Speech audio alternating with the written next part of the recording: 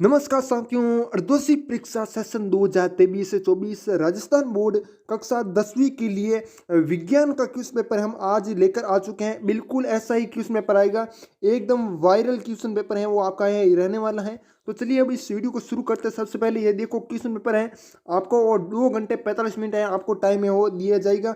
सभी प्रश्न करने अनिवार्य हैं। प्रश्नों के अंक सामने अंकित है, जैसा आपको यहाँ पर दिख रहा है। जैसा पहला प्रश्न है इसके सामने है वो अंकित है, वो अंक है, ठीक है। दूसरा तो 1 नंबर का है। इस प्रकार प्रश्न संख्या 28 से 30 में आंतरिक विकल्प है यानी अथवा है उसमें दिया जाएगा आपको। जिन प्रश्नों में आंतरिक खंड है उन सभी के उत्तर एक साथ ही लिखे, ठीक है। मतलब ये बहुविकल्प वाले प्रश्न है ना। जैसे पहला है ऊपर, फिर इसमें कौन सा ऑप्शन है, जैसे स है, सी है तो वो राइट इसकी प्रकार है, साणी है वो बनानी और उसमें लिखना है। जैसे दूसरा तीसरा इस प्रकार आपको लिखना होगा। मैग्नीशियम का वायु में जलना है। मैग्नीशियम जब हवा के साथ जलता है तो ये ऑक्सीकरण परमाणु को क्या करता है, ग्रहण करके ऑक्सीकरण करता है और मैग्नीशियम ऑक्साइड बनाता है ना। तो इसका मतलब आपका जो ऑक्सीकरण है वो सही हो जाएगा। मनुष्य की लार में पाए जाने वाला एंजाइम है तो क्या होगा भाई, एमाइलेज। क्या होगा, एमाइलेज। एमाइलेज को हम टाइलिन भी कह सकते हैं। आपको है ना ऑप्शन में टाइलिन भी है वो दिया जा सकता है। अगर टाइलिन नहीं हो तो एमाइलेज है वो सही होगा। कुल मिलाकर जो टाइलिन एंजाइम है ना, वो भोजन का पाचन क्या करता है, मुंह से शुरू कर देता है ना। अब देखिएगा नेक्स्ट, दो तंत्रिका कोशिका के मध्य खाली स्थान को क्या कहते हैं, तो उसको कहते हैं सिनेप्स। क्या कहते हैं, सिनेप्स। और इस सिनेप्स के द्वारा तंत्रिका इलेक्ट्रिक इम्पल्स ट्रांसफर करती हैं। ओके, अभी ये आपको समझ में आ गया। मैं इसको बता देता हूँ, इसकी पीडीएफ आपको हमारे टेलीग्राम ग्रुप में मिल जाएगी, लिंक डिस्क्रिप्शन में है, ठीक है। या फिर हमारा व्हाट्सअप चैनल है वो भी ज्वाइन कर सकते हो। तो टेलीग्राम ग्रुप का नाम है हमारा ग्रो शिक्षा, SHIKSHA, या फिर आप लिंक डिस्क्रिप्शन है उस पर जाकर क्लिक करके डायरेक्ट है वो जा सकते हो। और बाकी कमेंट भी कर सकते हो, मैं आपको लिंक है वो दे दूंगा। नेक्स्ट आपका डायप्टर मात्रक है, किसका है भाई, लेंस की शक्ति का मात्रक है, यानी सी ऑप्शन एकदम सही हो जाएगा। 5 नंबर क्वेश्चन है, निम्न में से कौन क्या है आहार श्रृंखला का निर्माण है वो करते हैं, तो कौन करते हैं भाई। इसमें होगा भाई आपका जो वो ऑप्शन है, मानव है, घास है, बकरी है, वो सही हो जाएगा। अगला देखिएगा नेक्स्ट, संगमरमर का रासायनिक सूत्र है। संगमरमर होता है ना, उसका रासायनिक सूत्र क्या है भाई, इसका होगा CaCO3। फिर है मनुष्य के में मूत्र का निर्माण होता है। मनुष्य के किस में होता है भाई, वर्कक में। किस में होता है, वर्कक में मूत्र का निर्माण होता है। ग्रंथि मानव में अंतःस्रावी व बहिःस्रावी है, तो कौन सी ग्रंथि है भाई, इसका आंसर आप कमेंट बताओगे, लेकिन मैं थोड़ा हिंट बता देता हूँ। अंतःस्रावी ग्रंथियाँ क्या होती है, अंतःस्रावी ग्रंथियाँ वे हैं जो हार्मोन को क्या करती है, सीधे रक्त में स्रावित करती हैं। सीधे क्या होगी भी, आप सीधे क्या मतलब कहना चाहते हो, तो वो क्या करती है, नलिकाओं के बिना करती है, ठीक है। बाकी जो बहिःस्रावी ग्रंथियाँ होती हैं वे ग्रंथियाँ हैं जो नलिकाओं के माध्यम से हार्मोन का स्रावित करती हैं। इसमें तो नलिकाओं के बिना होता है और इसमें नलिकाओं के साथ है वो होता है, माध्यम से होता है, ठीक है। तो ये बताना है ग्रंथि का नाम। फिर उत्तर लेंस को लेंस भी कहते हैं। इसमें है ना आंसर मैं बता देता हूँ, अगर आपको नहीं पता तो मैं इसका बताता हूँ। इसका होगा एकदम अग्नाशय। क्या होगा, अग्नाशय, अग्नाशय, ठीक है। जिसने भी अग्नाशय बताया उन सभी का राइट होगा। उत्तर लेंस को लेंस भी कहते हैं। तो उत्तर लेंस पहली बात तो क्या होता है, बीच में से तो क्या होता है, मोटा होता है, और किनारों से क्या होता है, पतला होता है, उसको लेंस को कहते हैं उत्तर लेंस। और परिभाषा बताइए, तो वो लेंस जो प्रकाश की किरणों को एक बिंदु पर क्या करता है, प्रकाश की किरणों को एक बिंदु पर अभिसारित करता है, उत्तर लेंस कहलाता है। और इसको कहते हैं अभिसारी लेंस। अभिसारी लेंस। अगर वीडियो समझ में आ रहा है, वीडियो को लाइक जरूर कीजिएगा, चैनल को सब्सक्राइब कीजिएगा। वायु, जल एवं प्रकाश पर्यावरण के क्या है, भौतिक घटक है। क्या है भाई, भौतिक घटक है। नेक्स्ट देखिएगा अगला, निम्नलिखित कथनों में सही गलत का कथन है वो छांटना है, सही कौन सा है, गलत कौन सा है, तो वो बताना है। परबल हाइड्रोक्लोरिक अम्ल की पीएच का मान 7 से कम होता है, बिल्कुल सही है। अवायवीय श्वसन के दौरान एल्कोहल का निर्माण होता है, बिल्कुल सही है। हमारे शरीर में नियंत्रण समझने का कार्य तंत्रिका तंत्र तथा हार्मोन का है, बिल्कुल सही है। ठीक है, और फिर देखिएगा अगला क्वेश्चन आपका नेक्स्ट 14 नंबर है, विद्युत धारा का एसआई मात्रक एम्पियर है। बिल्कुल सही है, विद्युत धारा की एसआई मात्रक है वो एम्पियर है। और एक स्टार लगाने वाली बात मैं आपको बता देना चाहता हूं कि परिपथों की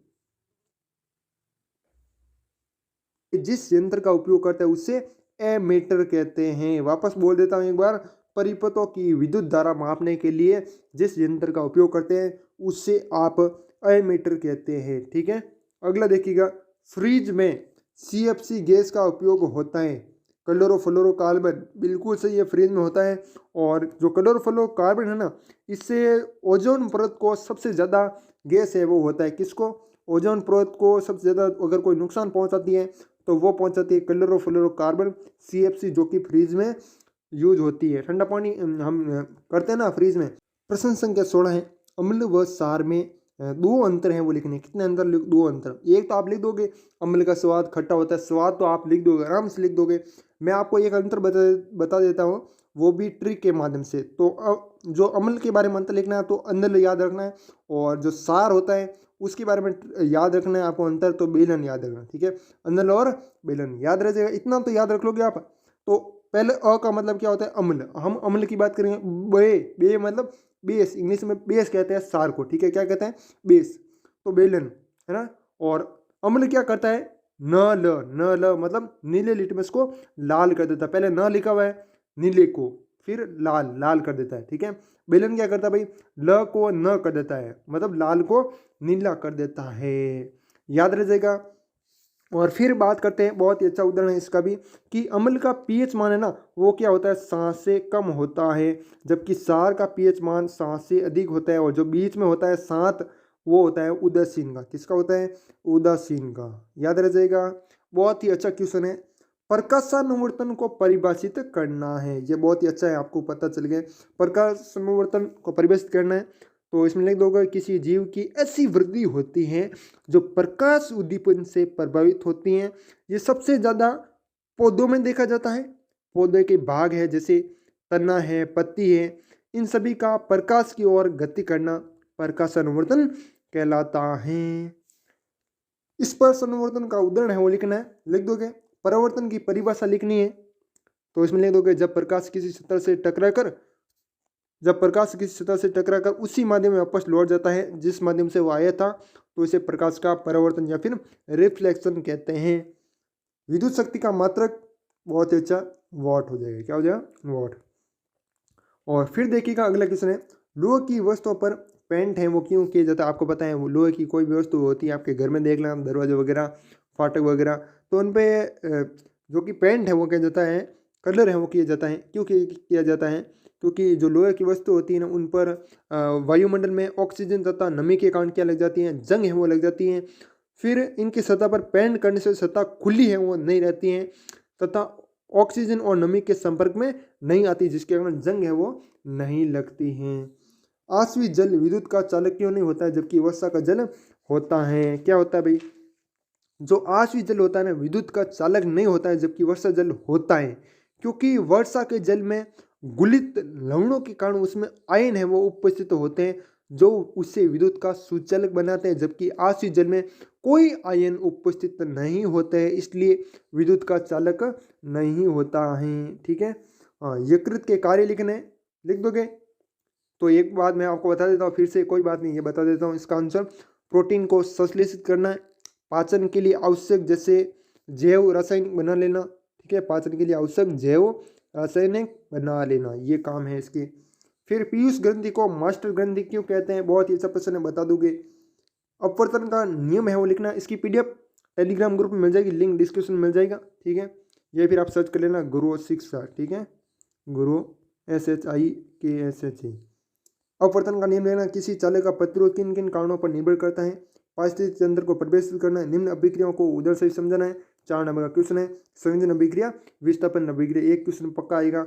फिर देखिएगा, प्लास्टर ऑफ पेरिस का रासायनिक सूत्र लिखना है, रासायनिक नाम, सूत्र और 2 उपयोग।